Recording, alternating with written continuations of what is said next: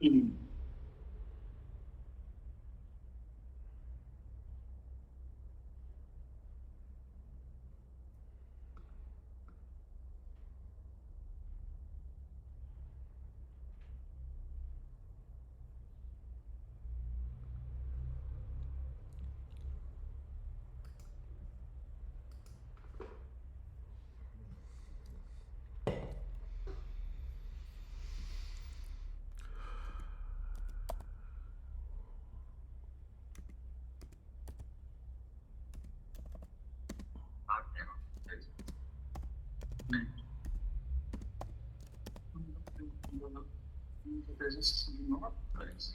Uma coisa, 731 milhões, parece que é muito dinheiro. Peguei, rodei aqui. Tá aparecendo aí para você de novo?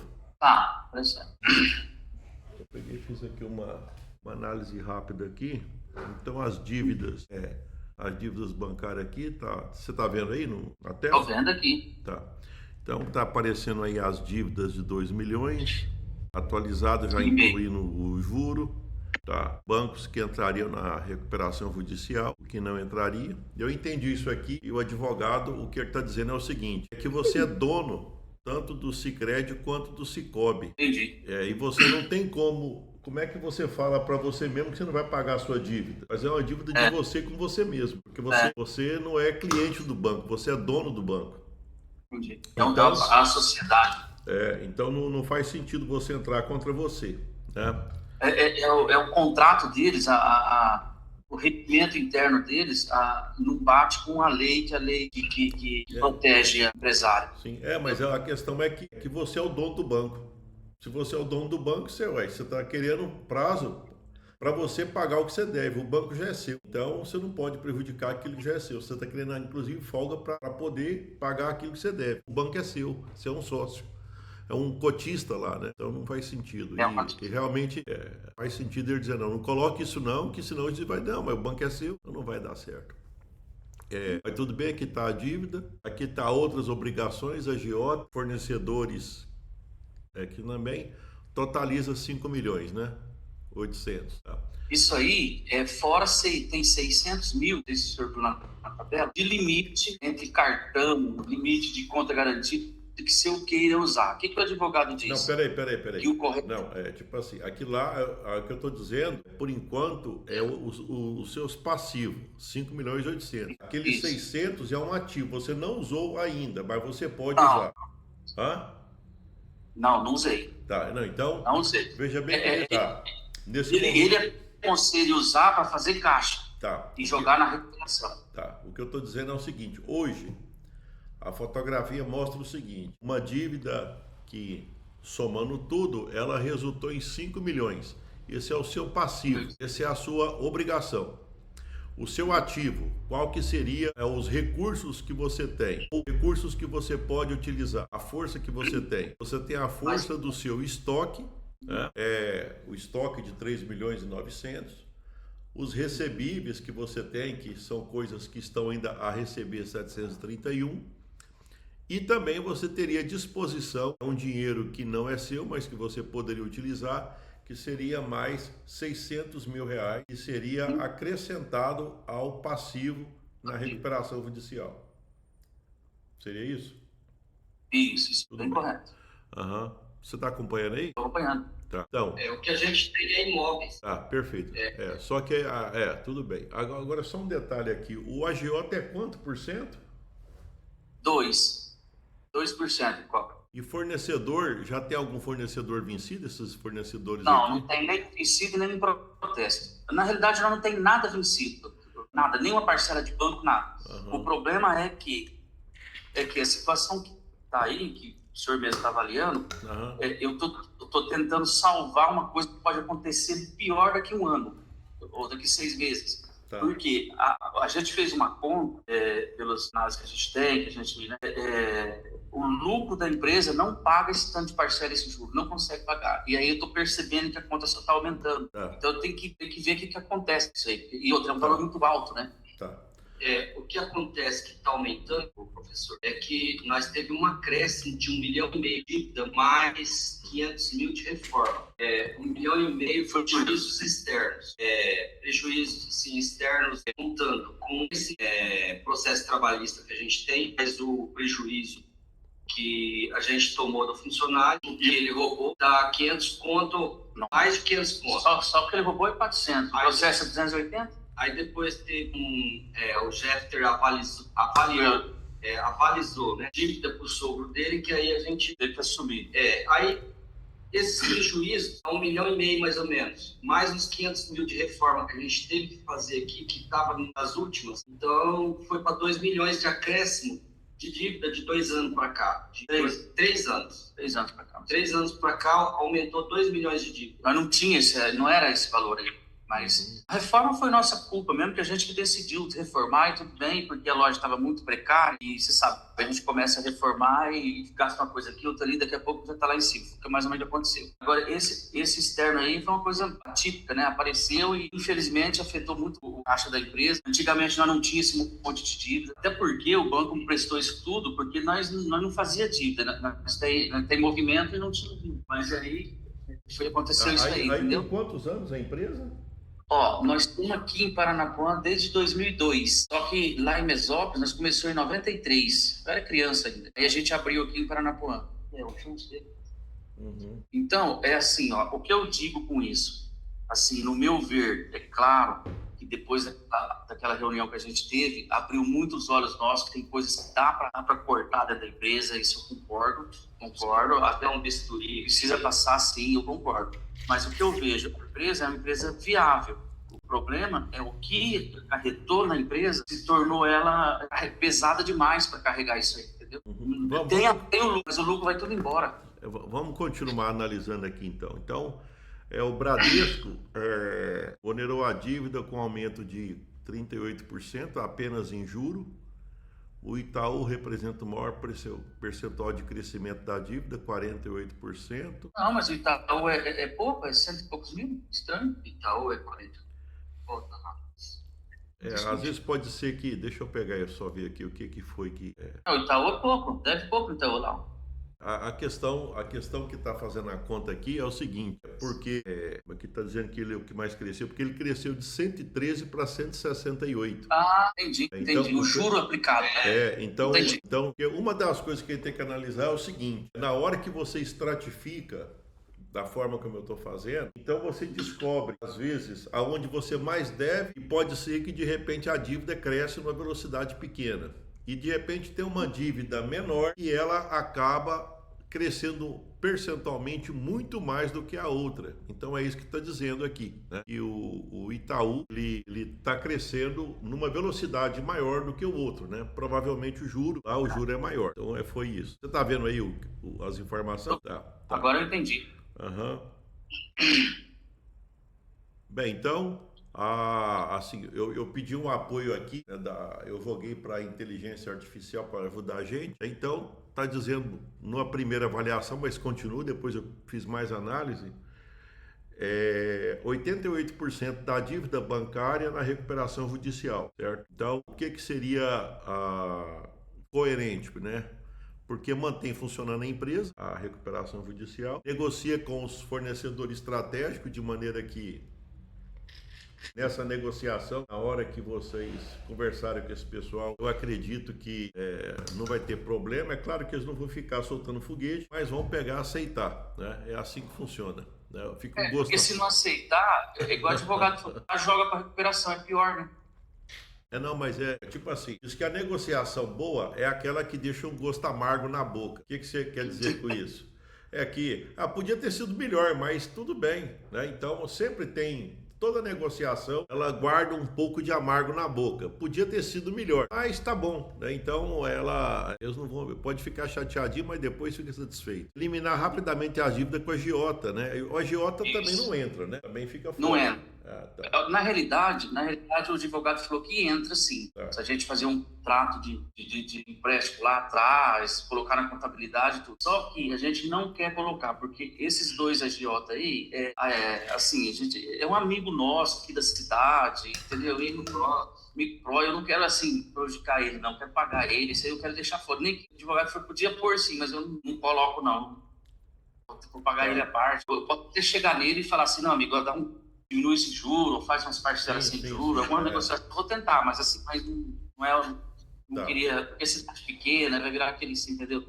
Depois a gente pega e passa para o segundo momento. Vamos só analisar. Eu consertei o 731, tá? Então aqui eu já fiz aqui uma simulação de como é que ficaria essa RJ.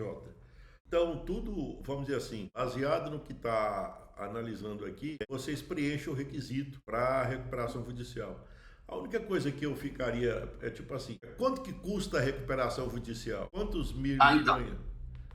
Essa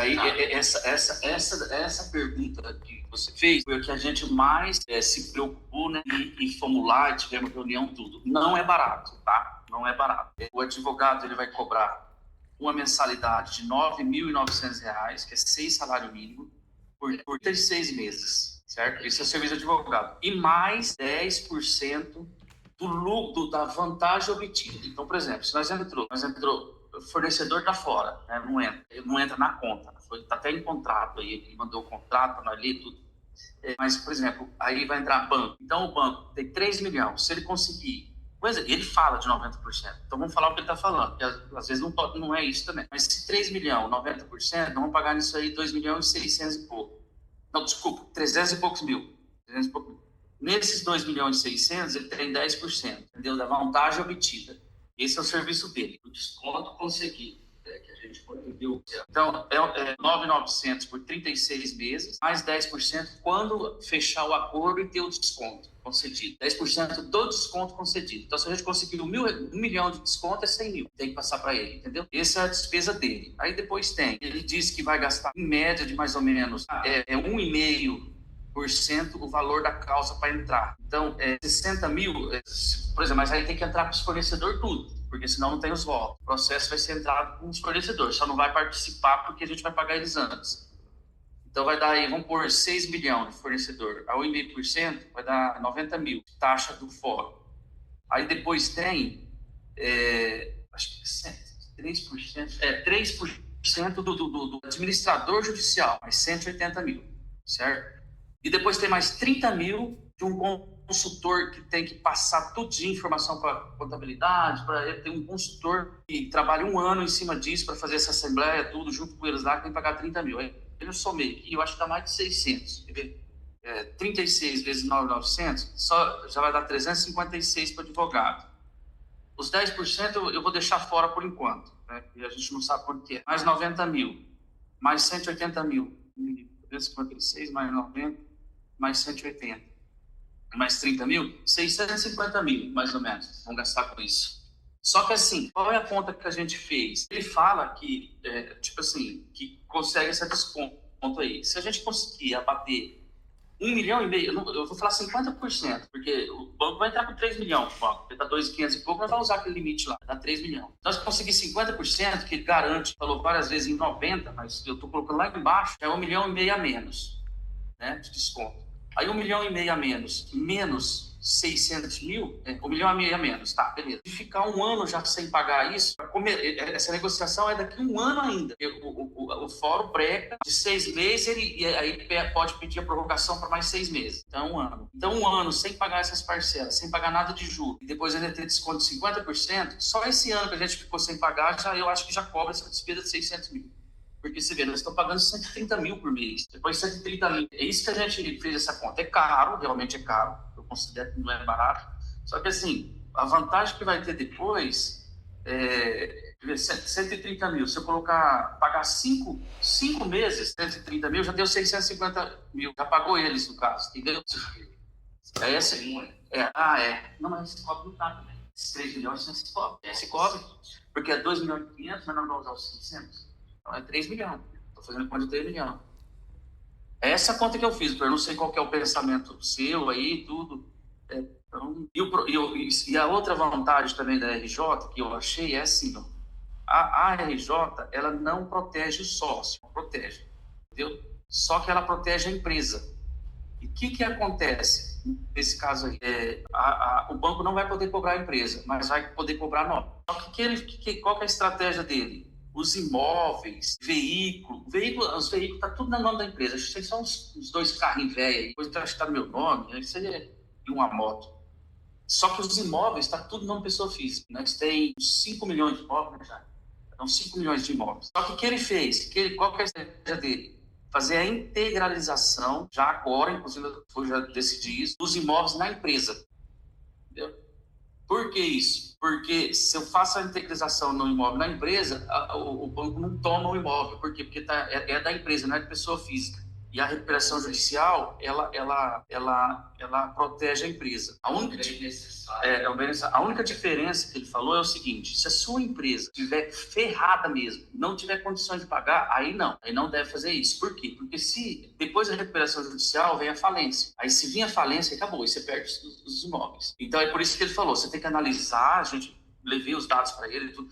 Por quê? Porque a gente passando esses imóveis na empresa, você não fica com nada no teu nome. Então o banco vai te cobrar do mesmo jeito, vai dar processo no teu nome, a gente vai defender, porque pela parte de ser avalista. Só que não vai achar nada no teu nome. Os seus bens estão tudo na empresa, e na empresa ele não pode pegar, porque a empresa está em pressão judicial.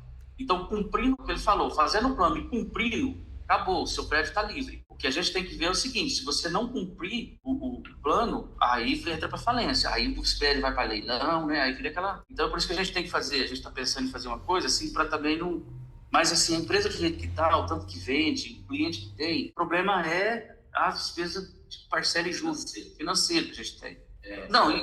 Sim, tem que ajustar alguma coisa dentro também. Estou falando que não, entendeu? Que é aquilo que a gente falou na primeira, a gente viu isso, tem que ajustar. Mas essa parte financeira aí tá. O que está acontecendo hoje aqui? Que a gente vê muito, a gente fica muito envolvido em parte financeira, assim, e coisas administrativas na empresa precisam ser delegadas. Então, mas precisa ficar mais perto, mais em cima, e a gente percebe que, devido a essa preocupação, todo dia tem que descontar boleto. Ontem mesmo eu tive que descontar 100 e poucos mil. Não deu 100 não, deu 50 e poucos mil. Eu ia descontar 100 mil por desconto de cheque, outra hora é boleto que tem que adiantar, ir atrás, usando limite. A cabeça fica assim, sabe? Tira a gente um pouco do foco. Essa é uma parte. Tem uma índole de pessoa honesta, desde familiar, desde os pais, tudo. A gente fica muito preocupado e causa uma desmotivação de saber que você está trabalhando para pagar juros. E que o pior ainda é que a bola de neve tende a crescer. Então a gente falou assim, não, temos que tomar iniciativa antes que a gente tem que tomar iniciativa agora, porque já que a gente tomou um prejuízo aí de 1,5 milhão, e vamos ver o que a gente pode fazer, né? E corremos atrás, né? Lá em 2011, quando meu pai era sócio nosso, e separamos tudo, meu pai que era financeiro, na verdade, né? Era ele que era o chefe. Ele era muito aventureiro. E nesse aventureiro dele, colocou nós em dívida, e a gente fez uma revisão, de contrato bancário. E na época deu certo, né? Deu certo. Hoje já não dá mais. Aí a gente pagou tudo. 2020 já estava tranquilo. Aí a gente fez um investimento na empresa, trabalhando, aumentando o estoque, tudo. Quando foi em 2022, por aí, começou os prejuízos. Os prejuízos, e na verdade externa, e aonde caiu de novo aquele negócio, né? Querer ser bonzinho, né? E acabar isso aí nunca mais. Eu coloco quanto aqui de Prolabore para eu poder fazer uma simulação, porque a gente está seguindo a seguinte sequência.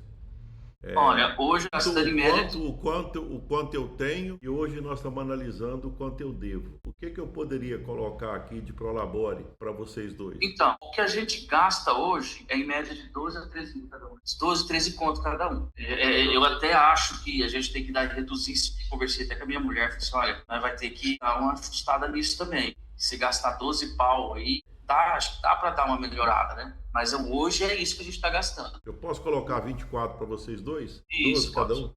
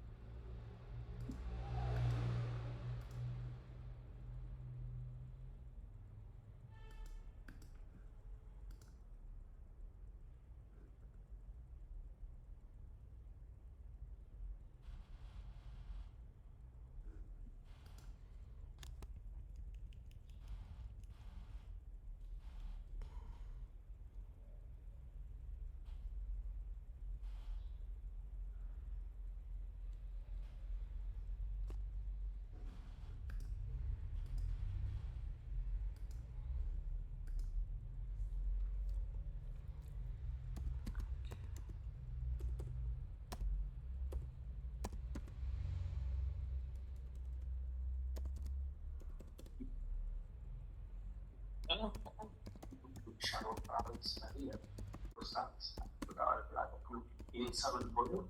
A rodoviária passa assim, que o verde morreu, não tem problema do verde. Apareceu aí para vocês? Apareceu.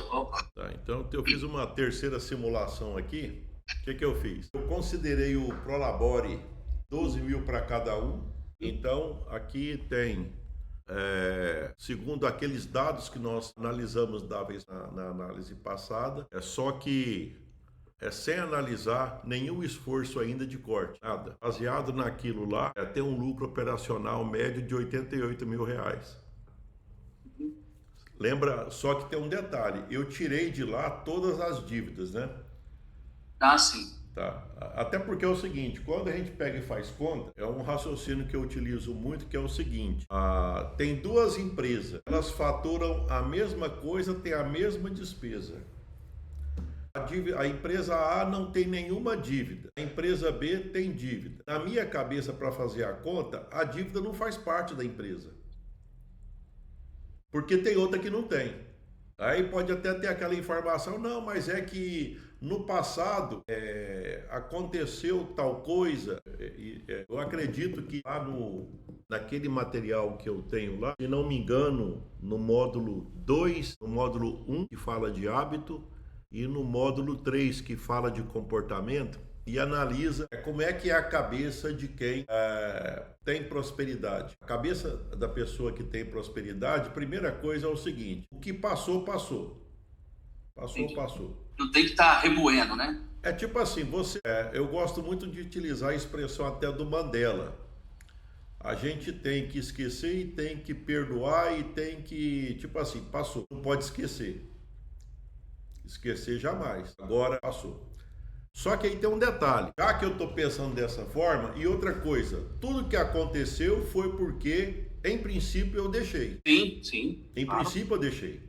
Eu não tenho como terceirizar uma coisa que não está no meu controle. Porque se eu falar que aquilo não está no meu controle, então eu estou dizendo que eu também não tenho a solução. A solução e o problema moram no mesmo lugar.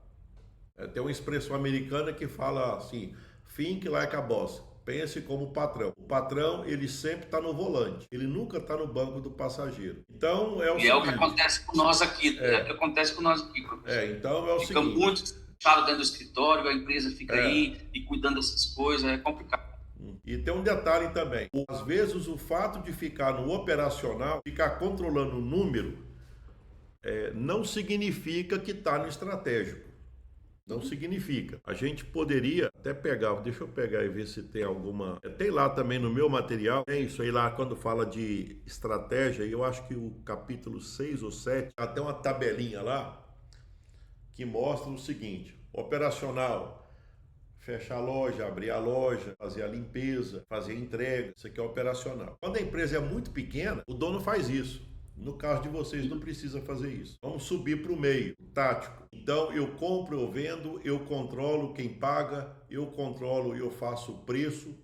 Isso é o tático. Isso consome muito tempo.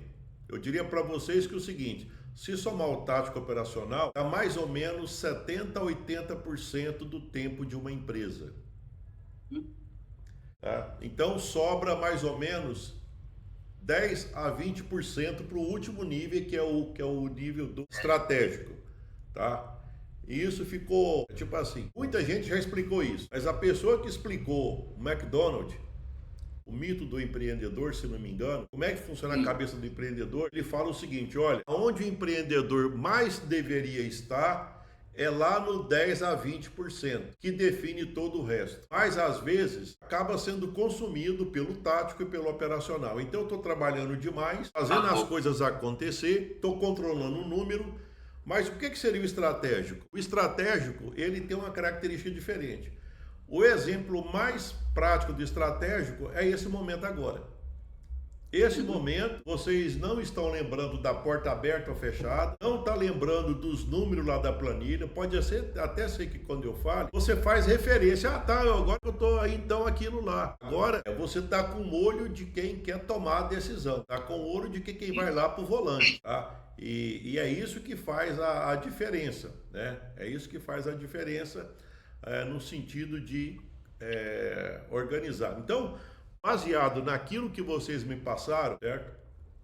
Existe uma expectativa, é claro que sempre, quando a gente passa a fazer controle, a bem da verdade, a gente não sabe exatamente o que acontece na empresa, mas já existe algo nublado que diz que tem um faturamento médio de R$1 milhão, que tem despesas de 737, que tem um lucro bruto de 28%, 286, tem uma despesa fixa de 197 mil, e deve sobrar mais ou menos R$88 mil para fazer face a quê? Esse 88 mil, se não tivesse nada para pagar, ele seria totalizado no final de 12 meses, 1 milhão e pouco. 1 milhão e pouco. E seria dividido na forma de dividendo para vocês dois, 500 mil para cada um. Tá? Isso seria o que aconteceria, certo? E se por acaso, eu não sei se vai passar, eu nem sei como é que está agora, se passar aquele negócio aí que o Lula está querendo, vocês pagariam 10%. Então, se ficou 500 para cada um paga 50 para o governo, ficaria com 450. Essa seria uma situação da empresa sem dívida. Agora, vamos voltar para a situação seguinte. Até aqui já está dizendo, ó, o faturamento anual, aí, 12 milhões. O lucro operacional anual, 1 milhão. Tá?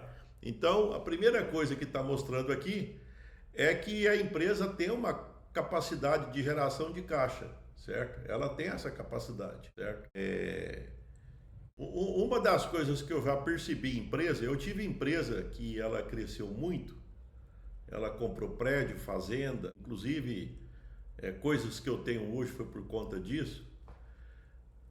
Eu acredito que a gente tinha mais de 30 funcionários e tinha 2 pessoas que sabiam, nós éramos 10 sócios, 10. Tinha 2 pessoas que sabiam essas informações. Tinha eu e um outro sócio. E a gente pegava o dinheiro, aplicava, comprava fazenda, fez prédio próprio para escola, tudo. Agora os outros, se por acaso eu contasse para eles o movimento da escola, eu acho que ia até atrapalhar. Por quê? Porque eu já percebi que tem gente que não sabe, não tem noção de dinheiro. Entendi. E tem, assim, uma vontade tão grande de pegar e fazer tudo que nem sabe o que tem que fazer, mas ter vontade de fazer alguma coisa porque o dinheiro apareceu. Então dá vontade de fazer. Mostrar para os outros, né? Eu sei lá, então eu lembro que a gente até tinha uma certa prudência e a gente utilizava muito o termo a galinha dos ovos de ouro, né? Então a empresa tem que ser forte e o funcionário tem que ser fraco. Porque se a empresa é forte, a empresa é nossa, né? A empresa é nossa. E como a gente era 10, se por acaso, não, mas já que tá sobrando, porque lá em casa tá faltando, se fosse pegar, tava faltando na casa dos 10. Porque podia trocar de carro, podia trocar de casa. Motivo para gastar nunca falta. Tem muito. Então, vamos voltar aqui. Eu viajei até demais. Então. Tá ótimo. É isso mesmo. Você vai falando, eu vou. É uma verdade que a gente sabe e às vezes a gente, né? A empresa tem que ser forte e nós temos que ser mais forte ainda. Mas você tem que pegar e proteger a empresa. Nossa, funcionário não. Aqui é o seguinte, quando a gente coloca funcionário, é o seguinte, o funcionário está arriscando o quê para trabalhar para vocês? Eu entendo que ele não está arriscando nada e ainda está recebendo. Ele não está arriscando. Sim, então, ficou bem claro. Ele não está arriscando. Na verdade, a ideia do empreendedorismo é o seguinte, o projeto de ser empreendedor é quando você acredita em algo e você coloca o seu esforço, o seu empenho e um grande risco, o medo, a coragem, você coloca tudo ali e você faz dar certo. Então, quando você conversa com um funcionário, você está pensando em alguma coisa lá na frente, ele está lembrando do 13º, férias, aposentadoria. Então, até a forma de pensar é diferente. E outra coisa, na hora que a empresa fecha, ele vai para casa dele, vai dormir, vai cuidar da família dele. O empresário leva na cabeça, leva a empresa na cabeça, é diferente. É bem isso, bem isso.